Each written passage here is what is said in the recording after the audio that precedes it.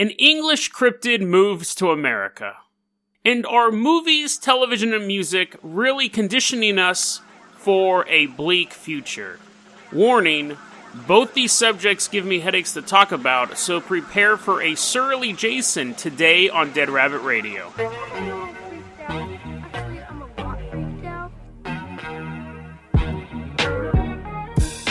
Hey everyone, welcome back to another episode of Dead Rabbit Radio. I'm your host, Jason Carpenter. I'm having a great day. I hope you're having a great day too. The sound you may or may not be hearing is the sound of me getting some Tylenol and some ibuprofen. I do have a headache, and I know that this episode is just going to compound that. Originally, these stories were, I think they're interesting stories. And originally, I was going to split them up throughout the week because I was like, oh man, they give me headaches. And I was like, you know what? I'd rather deal with one massive headache at the end of one episode than have to be like, oh great, I have to record that episode coming up. Now again, they're both interesting stories, but man, they just drove me up the wall. One has driven me up the wall for years. But the other one I just found out about. Now, the one of them was a request. It was actually a request from a YouTube user named Zerglejerk, and I appreciate the request. I'll go ahead and tell you the story. Well, we'll see how we get through this. Okay, so his request, I was talking about cryptids. I've been doing a lot of cryptid episodes lately. And he said, on YouTube, he goes, I bet you haven't heard of the story of Bloody Bones in Texas.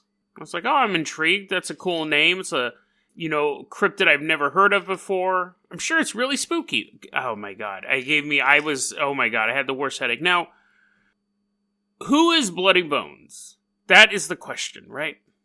So to learn that, let's go to Texas, where Zerglejerk, thank you for the recommendation. The fact that it gave me a headache had nothing to do with you. It has to do more with the tale itself.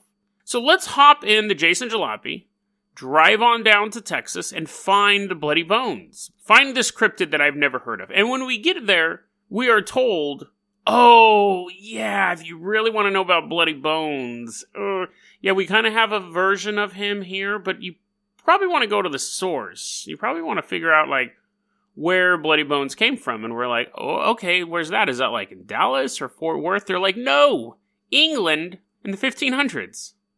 Okay, great. So now we got to go back to Oregon. We get in the Carpenter Copter, go through a time portal. We are now in England. The year is 1548. And we are out on a search for the cryptid known as Bloody Bones. More like a demon or a ghost is probably a better qualifier for it. It's old-timey England. We're walking around the villages, towns, kind of at this point in the 1500s. We're walking around. Actually, that was quite far back. I think they were still suffering from the Black Plague then. I don't think there were chimney sweeps dancing around. 1548 was quite old. So anyways, 1548 is the year we're in England. We find this old crone living in a shack. We found her on Tinder, and we go, hey, this woman's super old and gross. She has to know somebody named Bloody Bones. I'm sure they run in the same circle. We go in the old crone's house. We go, hey, we are here to investigate the mystery of Bloody Bones.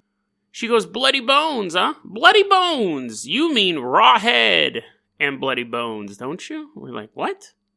No, we don't care about Rawhead. I don't know who that guy is you just mentioned to me.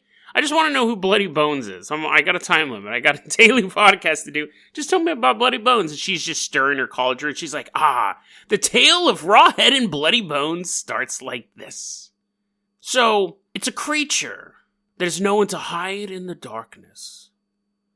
Sometimes, it hides under your stairs that lead into your basement. And there's little openings in between each stair where it can see your ankles coming down, your little 8-year-old ankles walking in front of it. It'll grab you. It'll break you. It'll take you away. Like Calgon. I don't know how I know that reference, I just do. Stirs her pot a little more. Sometimes, the creature hides in a cupboard. And if it's halfway opened, and you look inside and you see it, it gets you. Stirring the cauldron a little more. Or, the creature also lives in bogs and deep pools of water and snatches kids, takes them down to Bonetown, UK. We're like, that is an interesting story. So is that the story of Bloody Bones? Which goes, no, sorry. That's the story of Rawhead and Bloody Bones. So wait. So, I'm getting confused here. Are there two different monsters? Well, yeah. There's Rawhead, who's a monster, who has a raw head. And then there's Bloody Bones, who's a skeleton, who dances. Okay, well, which one is the one you just told me those spooky stories about? Rawhead and Bloody Bones. So at this point, this was how I felt researching this. Article after article after article would tell this creepy story. The versions I told you were different versions. In Britain, the original version was that this or them, a creature, lived in a bog. And it was, again, a lot of these cryptids are teaching kids lessons. Stay away from deep water, because Rawhead and Bloody Bones will get you. Both of them, apparently. And it has to be a pretty wide pit for two monsters to pop out of. I have no idea why these guys are so closely connected.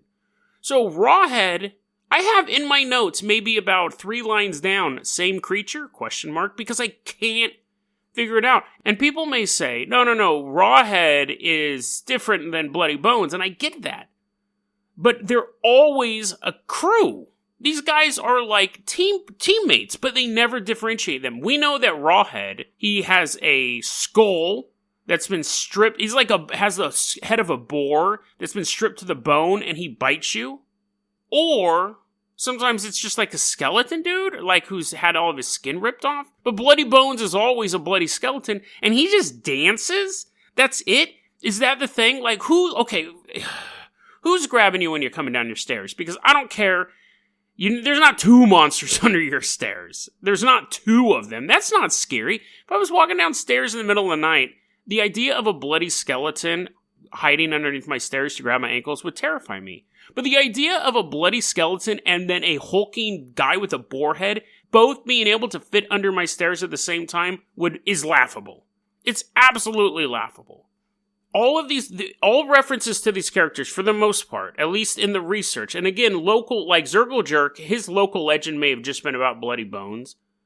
But when you look this stuff up, they're always a team. They're always a crew. It was driving me up the wall. And then, this is their nursery rhyme. Rawhead and Bloody Bones, both of them, again, Rawhead and Bloody Bones steals naughty children from their homes, takes them to his dirty den, and they are never seen again. It says his in the poem. Takes them to his... Which one is doing this stuff? Is Bloody Bones just like a voyeuristic skeleton? There's no explanation. And the weirdest thing is that none of the articles were like, yeah, we can't make heads or tails of this either. I've never been so confounded by a cryptid before. If Bigfoot walked into my living room right now and sat on my lap, I would be less confused than I would be reading these articles. And then, in my pursuit to find out more information about who is actually the villain in this story, I found out there's Bloody Bones and GooGoo eyes in Africa. So that is the story of Bloody Bones and Rawhead Rex, or Rawhead Rex and Bloody Bones. They're just like a crew who like bumbles around and kidnaps kids and like eats them or dances with them or turns them into bones or something. You don't live if you run into these guys, but again, super inefficient.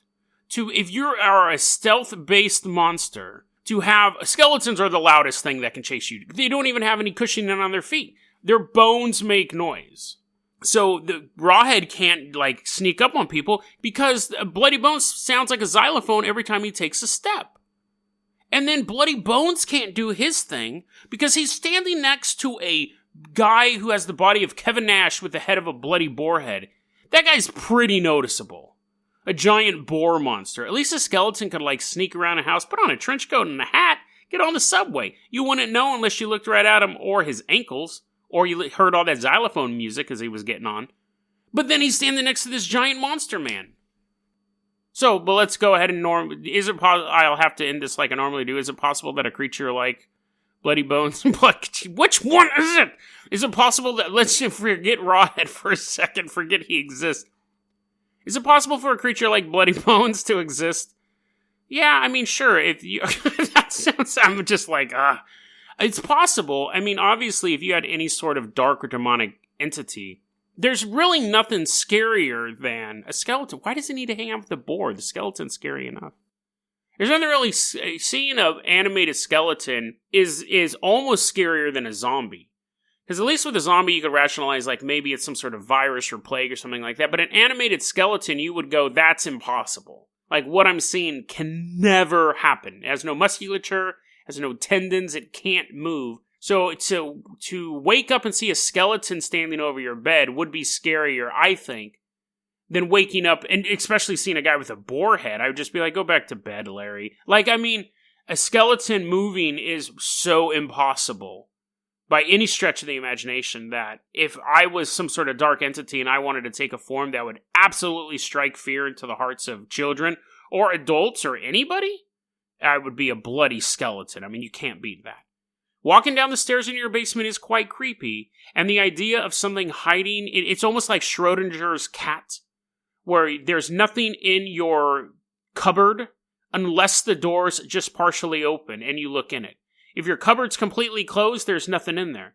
If it's slightly open and you don't look into it, there's nothing in there, but when you do look into it, there's a bloody skeleton.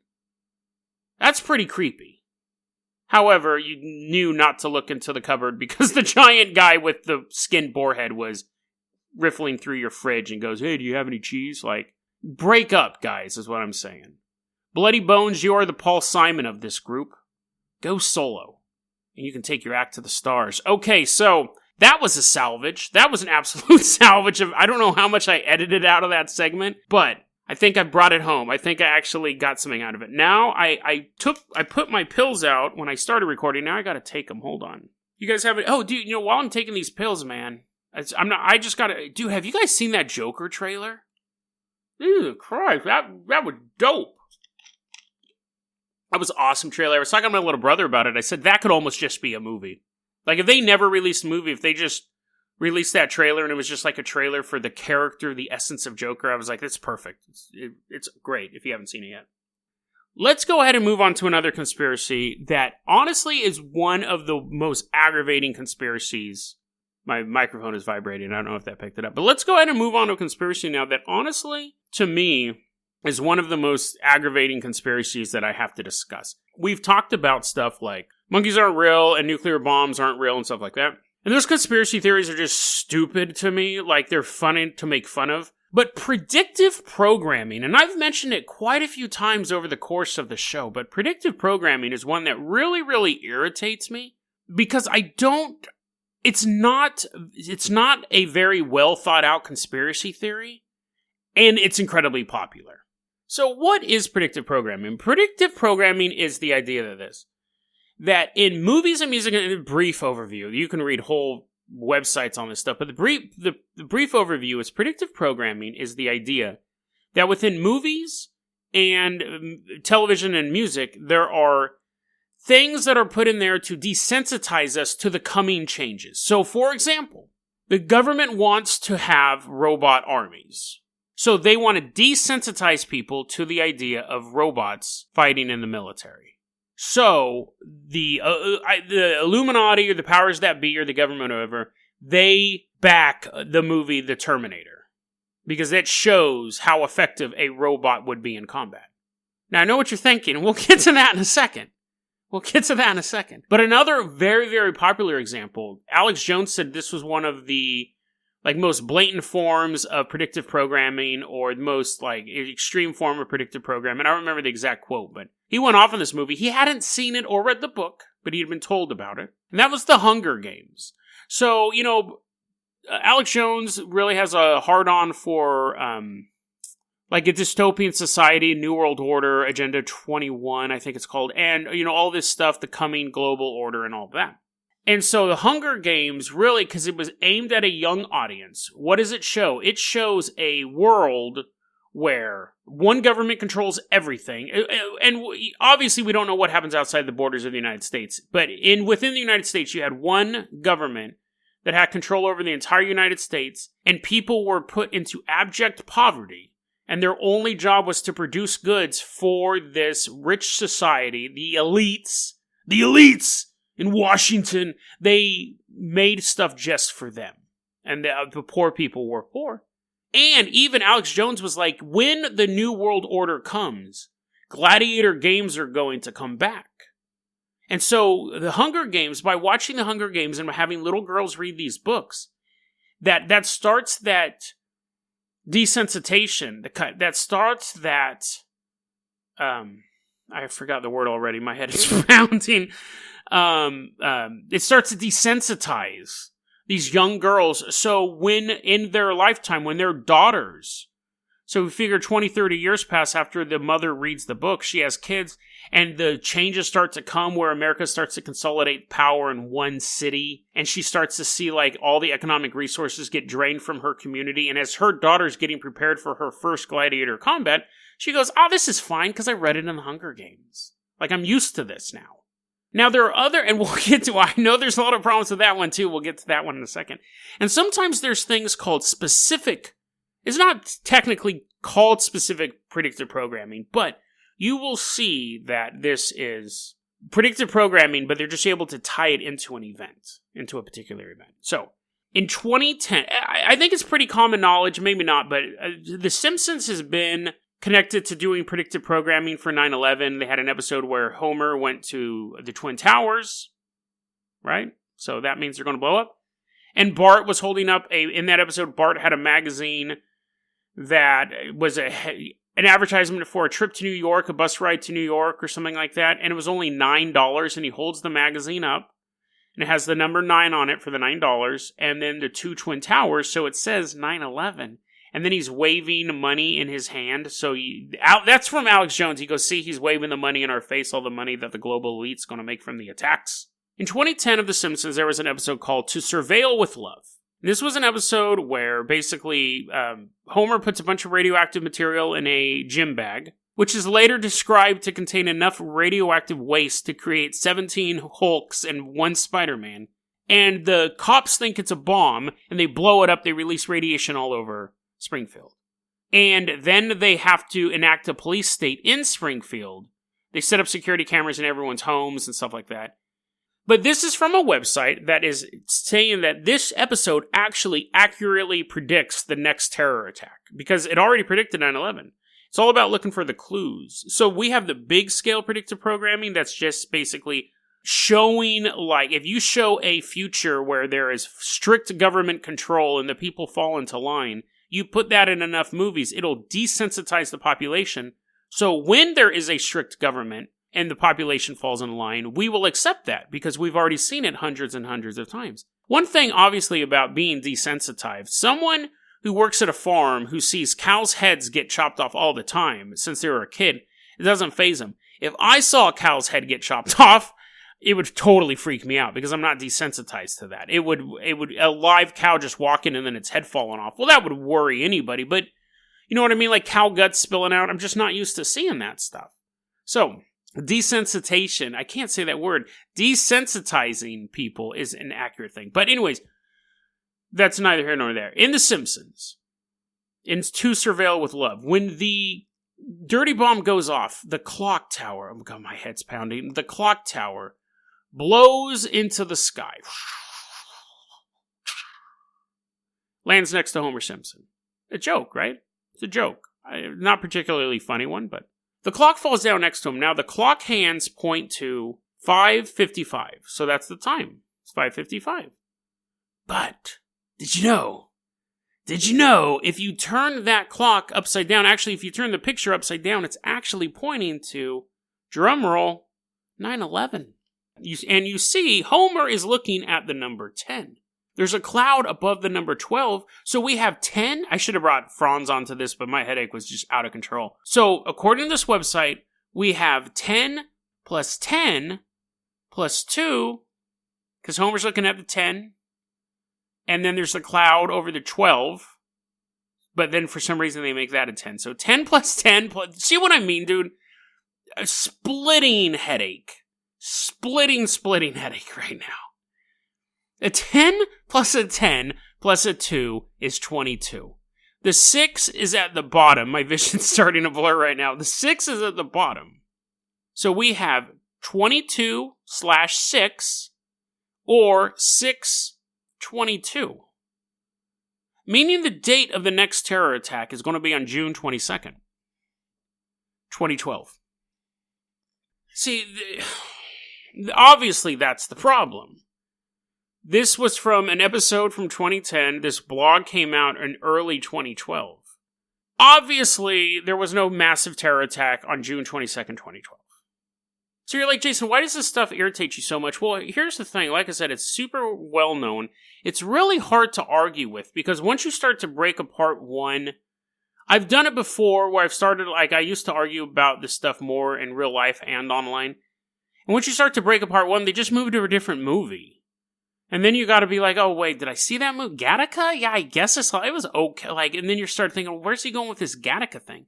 But let's really go back to the original things. If the goal is to desensitize people to living in a future like that, can you name me a movie where a single state, a single government entity, ruled every facet of somebody's life, and they were the good guys?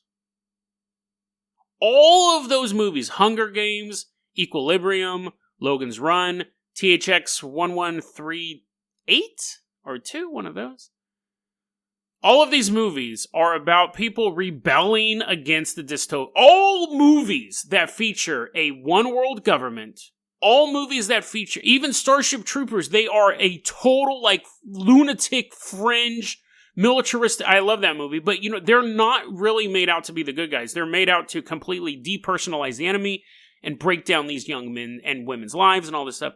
There aren't, and that's probably the closest I've seen of a movie where there is a one world government where it has a happy ending with them not overthrowing the government. If these movies are desensitizing you to do anything, it's desensitizing you to resistance. So it teaches you to resist these faceless entities. Hunger Games does not glamorize the games, and it definitely doesn't glamorize the Capitol. They're the bad guys. Terminator, okay, if Terminator movie never came out, we'd already have robot in war. I firmly believe that. I think movies like the Terminator made you go, I don't ever want that to happen. Terminator really set up the idea of the AI taking over. And I know it was in science fiction before that, like novels and stuff like that. But as far as like mass consumed stuff, Terminator basically cock-blocked two different things, AI and robots in war. Because it made both those things look like absolutely horrible decisions. 100%. That, if your goal was to get robots into the battlefield, destroy the movie The Terminator, don't let everyone ever see it. Because it makes it look like a horrifying future. So that's the thing. When we look at this, oh my god, I have such a headache. I don't remember if I had a third example. No, I think it was just those two. So that's the thing with predictive programming. Now, like I said, you can argue this stuff. But there's this thing called the GLP effect. And I got to talk about this real brief because my head's throbbing right now. And I really if you guys have listened to this episode this long, I appreciate it. The GLP effect is known, and this is just absolutely bonkers. GLP is this. There's a website called Godlike Productions. It's one of the main forums for conspiracy theory, paranormal stuff. I spent probably 2 or 3 years on GLP forums. That's really back when I was super serious about this stuff. And I was like a 9/11 truther. I believed on all sorts of nonsense. I believed like in Illuminati messages and music and all that stuff. I used to believe all this stuff. And I'm pretty open about that. I don't come out and be like, oh no, I'm so smart. I'm like the best skeptic in the world. I used to be fooled by all this stuff. GLP effect is this. On Godlike Productions, someone would make a prediction, much like this Simpsons episode thing. They'd say like, hey, I saw this episode of The Simpsons. It had this clock with the numbers, and if you do all this, you do all this. The next terror attack is going to be on June 22nd. One of the most famous things that they said was that there was going to be an alien attack at the London Olympics. And they would show all of this proof that the London Olympics was going to be attacked by aliens. Now, I remember at that point, I was kind of starting to get out of that. I was starting to get out of Godlike Productions, and I was like, maybe this is too weird. But the other side of me was thinking, well, maybe they're right. Look at all this stuff. I mean, I was an idiot. So anyways, obviously we all remember the great alien attack that didn't happen in London for the Olympic Games. And this is what the whole website did. They're like, we stopped it, boys. We stopped it. See, we weren't wrong deciphering the symbols. Oh, no. It was the GLP effect. See, they put the symbols out there. The Illuminati, the New World Order, puts these symbols out there because it's part of their spiritual law. They have to warn us. It's part of something they have to do. No, there's no proof of any of that either. But anyways, that's what they have to do. And then we decoded it before the act. See, The Simpsons was afterwards. That didn't help. But we were able to decode the time and date of the next attack. And those evil Illuminati went, dang it! They got us again! We got to shut it down. If we launch the attack now, these armchair researchers will expose our long-term goals, shut it down, call the aliens off, shut down Bluebeam. It's over. Now let's hide some messages in Arthur.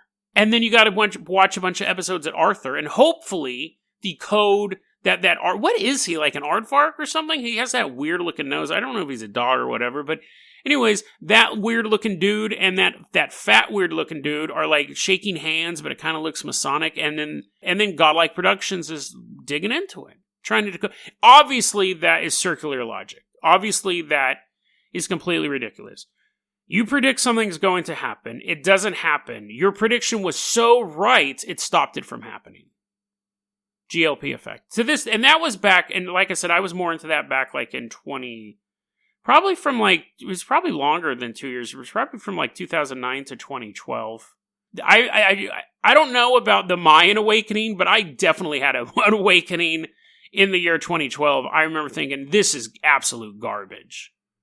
All of this stuff is just absolute garbage. Still get a lot of entertainment value out of it. But when I say I used to be like a 9/11 truther, I would have irritated myself back then. And I definitely was wholeheartedly believed in most conspiracies, except for lame ones like JFK and the moon landing. Anyways, so I've been in the trenches with the people who believe in predictive programming. I believed in predictive programming, and then when I got back out, I'm thinking like, come on, boys, there's a world of knowledge out there that we can discuss without all this nonsense. And I turn around and the trenches are still full. They still got their helmets on, and they're like, no, we're going to stay in this trench. It's safe in this little bubble. So you have these people who really believe this. Las Vegas Carnivore, actually, he watches the show on YouTube. Las Vegas Carnivore's comment was this, and I'm paraphrasing. The spiritual law thing is dumb. The spiritual law thing is stupid, where they have to warn us before they do the action. But it's possible that they're using these messages in movies as some sort of hyper sigil to almost force reality into their view. And I said, oh, now that is interesting. I hadn't heard that theory. I hadn't heard that take on predictive programming before.